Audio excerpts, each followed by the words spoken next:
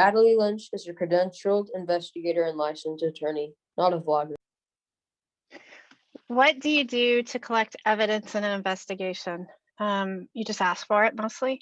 So at the beginning, that's typically the biggest piece of investigation gathering, both when you meet your client contact and they sort of start propping you up to go off to do your investigation.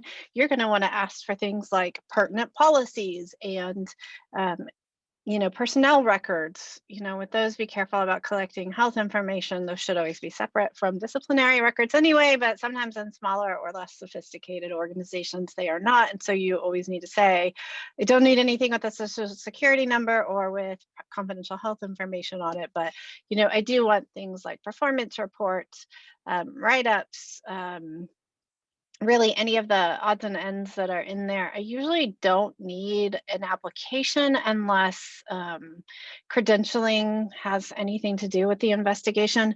And then the next big batch of evidence often comes with the reporting party, because they have the documents that are going to corroborate, what they're saying and what they're complaining about, because they've been thinking about this longer than anybody else. They knew this was a problem before they outcried. So that'll be your second big batch of evidence.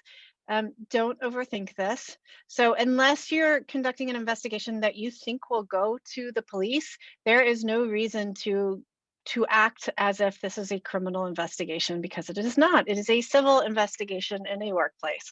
So you don't usually need to do things like say, okay, who approved this policy? What date did they approve it on? Did they have the authority to approve this policy? Generally that stuff is way outside the scope of your investigation. That being said, the big instance where it comes up that you may know that something is going to have police involvement is, if there is a theft or something like that, or if you are doing any kind of computer forensics, in which case you do want to have a credentialed forensic investigator working on your IT. But if that forensic investigator happens to come across porn on a computer, and particularly child porn, because that is a federal offense. And once you either intentionally or knowingly or even accidentally stumble across something like child porn, you need to stop everything you're doing, stop working on that computer, get out a piece of paper and start tracking a chain of evidence. And that just means on Tuesday at 3:15, we stumbled across this, we stopped what we were doing, and I handed the hard drive to the investigator. And the investigator will take that piece of paper and say, on Thursday at 4 o'clock, I gave it to the FBI. And that will aid in the investigative case. But otherwise, it's usually simply just transfer over email or some kind of file sharing. Mom, you have to tell people to like and subscribe.